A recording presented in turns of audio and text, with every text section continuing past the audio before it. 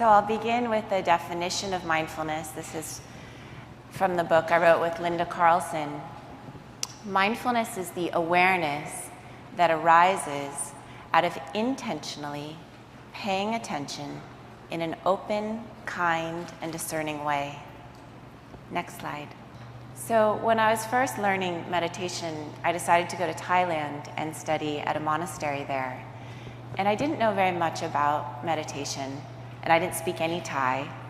And this beautiful monk at the monastery, who didn't really speak any English, taught me to focus on the breath coming in and out of my nose. It sounded relatively simple, so I sat down to practice 16 to 18 hours a day, every day in silence. And what I noticed is that it was hard. It was really hard. And I started getting more and more frustrated, like, why can't I do this? And I started trying harder, striving. I became really judgmental towards myself, like, what's wrong with you? And meditation just isn't for you. You're a terrible meditator, and maybe you're just not spiritual enough, or you're not trying hard enough. And by about day 4, I was just a huge ball of knots and anxiety and frustration. And a monk from London flew in, and I said, can I please talk to someone who speaks English? So I went to my interview with him, and he said, how's it going? And I, hadn't spoken in 4 days, so it kind of all vomited on him. Said, I'm terrible at this, something's wrong with me. I look at all these other people, and they're sitting there so perfectly, and something's wrong with me. And he looked at me with a lot of compassion and also a little bit of humor. And he said, sweetheart, you're not practicing mindfulness. You're practicing frustration and striving and anger. Next slide. He said, what we practice becomes stronger. Right? We know this now with neuroplasticity. What we practice becomes stronger. Our repeated experiences shape our brain. So what he said is practice paying attention with kindness, with openness, with curiosity. Be interested in your experience, compassionate with whatever's arising. Not that I always had to feel happy or compassionate or joyful, but that this pot of mindfulness was holding with care whatever my experience was. Next slide.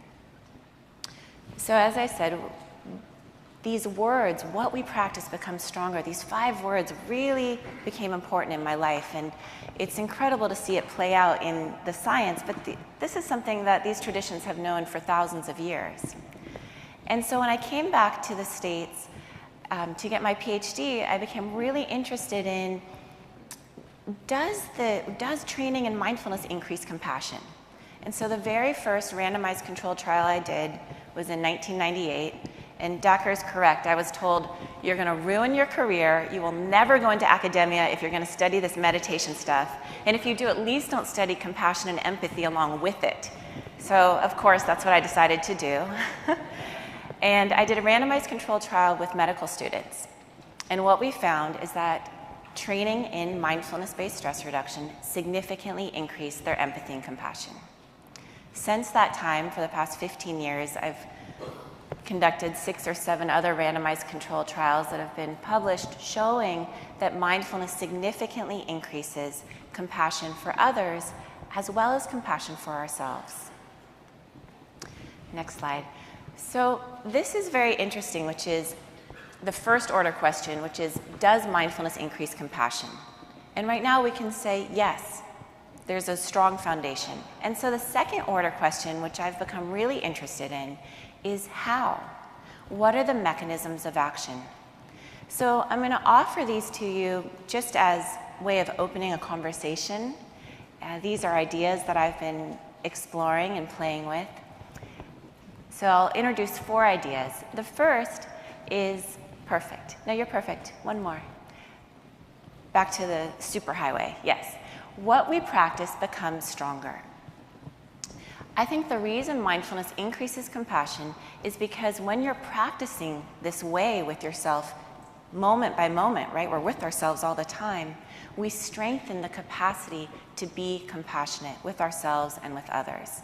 And I like to think of it as kind of, we have these superhighways of our conditioned patterning, And so what I noticed for myself at the monastery was my superhighway, my habit pattern was judgment and self-criticism and striving and thinking something was wrong. And so I had this image of this kind of like little country road that I was digging out of compassion, of like a new way of being with myself and being with my experience. And that country road, that neural pathway gets stronger as we practice it. Next slide. Another reason I think mindfulness increases compassion is actually very similar to what Paul was just talking about with safety and slowing down. That there was the classic study, the Good Samaritan study done at Princeton University in the 70s. And what they found is they took seminary students and they said, prepare a lecture on what it means to be a good person. What does it mean to be a good Samaritan? And then half the group, they said, you better hurry because you're late to give this lecture. And these students went running across campus, afraid, scared, and they had a Confederate fall down in front of them. And the students, for the most part, ran by. They didn't stop to help. The other half of the students were told, you have all the time you need. Go ahead to give your lecture. And the same person fell in front of them, and for the most part, they stopped. What I love about this study is it doesn't say, oh, we're such bad people. What it says is that when we're scared, when we're hurried, when we're not seeing clearly, our natural compassion doesn't come out. And so I think what mindfulness does is it helps us slow down, see more clearly, feel safe, so that we can express this natural compassion. The third way that I think mindfulness increases compassion is by helping us see our interdependence, our interconnectedness. John spoke about Indra's net, this understanding that we're not separate. And so I love this kind of metaphor of imagining that the left hand had a splinter in it. The right hand would naturally take the splinter out. And the left hand wouldn't say, oh my God, you're so generous. You're so compassionate. Thank you so much. It's just what the right hand does, right? We're part of the same body. We're part of the same body. Okay. Spinoza, who was my grandfather's favorite philosopher, he says, we're all cells in God's body. When we begin to see clearly that we're not separate, when we begin to see clearly our interdependence, compassion naturally arises. It's just what makes sense. Okay, are you still breathing? I just remembered mine. Next slide. A final pathway, I think, for mindfulness to increase compassion is that it helps us remember our essential nature. When I was first working as a clinical psychologist in a veterans hospital, I was leading a group of mindfulness training for veterans with post-traumatic stress disorder. And these were mostly men who had come back from Vietnam and who had been suffering for a very long time with post-traumatic stress disorder. And the group focused on training in mindfulness, really with an emphasis on holding ourselves and our experiences and our past experiences, even the seemingly unforgivable ones, with compassion. So I was leading a group of about a dozen men, and there was one man who never spoke, never looked up, and we were about 3 months into this group, and I remember saying to my clinical supervisor, I don't know what to do. I'm not reaching him. And a few weeks later, he went to speak, and he said, I don't want to get better. I don't deserve to get better. What I did was so horrible that I deserve these nightmares. I deserve this pain. And he proceeded to tell us, looking down, he really didn't look up the entire time. Looking down, he said, you know, I wasn't even a soldier. I wasn't even in combat. I was just on the medic truck. And I would bring food and supplies to the villages. And when our truck would come in, the children kind of got to know that we were the ones with food, and they'd come running out. And one day we were coming into a village, and who came running out was our own troops. And they were bloody and beaten. And they came running to us, saying how most of them had died because the village had betrayed us. They had told the enemy where we were, and we had been bombed.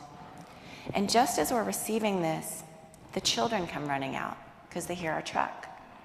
And out of the corner of my eye, I see my friend pick up a can of food and throw it at a small boy and have it hit the boy, and he falls down. And he said, and all of a sudden, before I knew it, I was picking up a can of food and I was throwing it at these children. And we'd cheer every time we'd hit one, like it was target practice. And as he's speaking, tears are running down his face. And he's looking down at the floor, and the shame in the room was palpable. And I looked at the other men's faces, a little bit nervous about what I was going to see. And all I saw was compassion. There was no judgment. They got it. They knew. They understood. They saw the horror of what had happened, and they also saw who he truly was. And I invited him to look up and to look around the room and to experience that compassion that was possible. Next slide. Some years later, a patient of mine gave me this poem, and I wish I had had it at the time to read. It's from Galway, Kinnell. He says, "The bud stands for all things, even those things that do not flower, for everything flowers from within of self-blessing. Though sometimes it is necessary to re-teach a thing its loveliness, to put a hand on the brow of the flower and re-teach it in words and in touch, that it is lovely, until it flowers again from within of self-blessing." To re-teach a thing its loveliness. And I believe that's what we're doing with mindfulness, is that we're holding ourselves, our experience, and each other with this compassionate presence. John brought up before the symbol for mindfulness, where this top character means presence, right, the hat, and the bottom character can be translated as heart. So mindfulness really can be understood as presence of heart. I'm going to end with a teaching from Jack Kornfield. If you can sit quietly after difficult news, if in financially downturns you remain perfectly calm, if you see your neighbors travel to favorite places without a tinge of jealousy, if you can happily eat whatever is put on your plate and love everyone around you unconditionally, if you can always find contentment just where you are probably a dog. Next slide. So, I want to thank you for your kind attention. Thank you.